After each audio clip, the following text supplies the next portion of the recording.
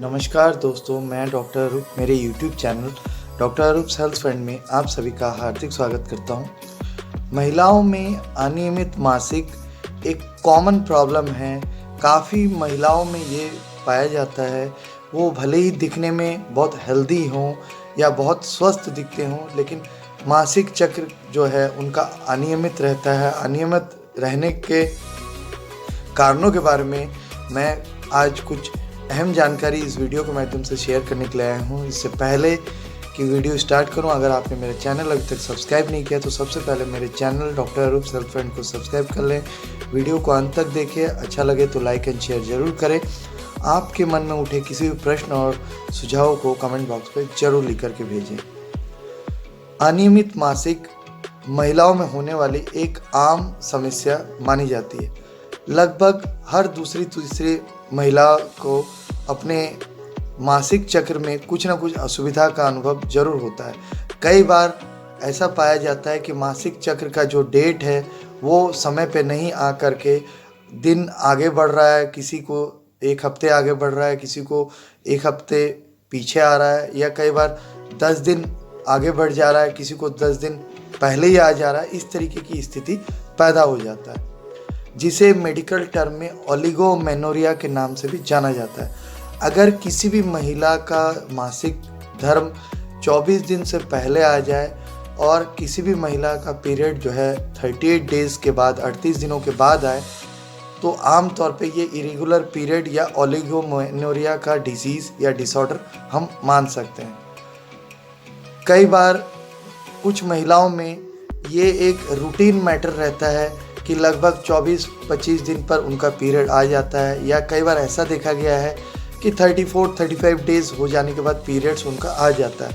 तो ये काफ़ी हद तक प्राकृतिक ही माना जाएगा।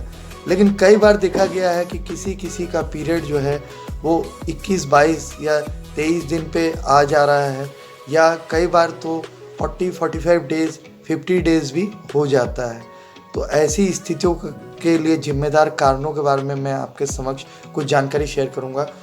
सबसे पहला है, ये एक हार्मोनल इशू हो सकता है जिनको इस तरह की अनियमित मासिक है, क्योंकि जो पीरियड्स होता है उसमें एस्ट्रोजन, प्रोजेस्टेरॉन और फॉलिकुलर स्टिमुलेटिंग हार्मोन्स जो हैं उनके इम्बैलेंस होने पर एफएसएच हार्मोन, एस्ट्रोजन और प्रोजेस्टेरॉन हार्मोन के इम्बैलेंस हो जाने पर अक्सर इस तरीके की स्थिति पैदा हो सकता है। कई बार महिलाओं को बर्थ कंट्रोल पिल्स लेने की एक आदत रहती है, हर महीने वो कॉन्ट्रासेप्टिव पिल्स लेते रहते हैं, उसके वजह से भी कई बार देखा गया है कि पीरियड्स का डेट जो है वो चेंज होता रहता है। बहुत सारी महिलाओं में स्ट्रेस एक बहुत बड़ा फैक्टर है, तनाव।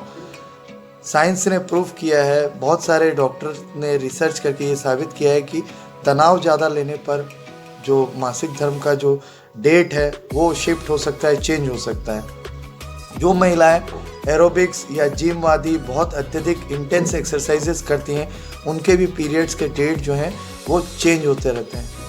वेट लॉस अगर कोई कर रहा है, बहुत जल्दी वजन तोड़ रहे हैं, तो काफ़ी महिलाओं में ये देखा गया है कि वेट लॉस करने की वजह से भी उनका पीरियड्स का जो डेट है वो चेंज हो गया। इसके साथ साथ किसी महिला का अगर बहुत ज़्यादा ओवर वेट है या बहुत कम वेट है, उस कारण से भी कई बार पीरियड्स के डेट अनियमित हो जाते हैं। इसके साथ साथ जितनी मात्रा में कैलोरी डाइट लेना चाहिए, ऊर्जा मिलना चाहिए, उतनी ऊर्जा ना मिलने की वजह से, प्रॉपर डाइट ना लेने की वजह से भी पीरियड्स के डेट अनियमित हो सकते हैं।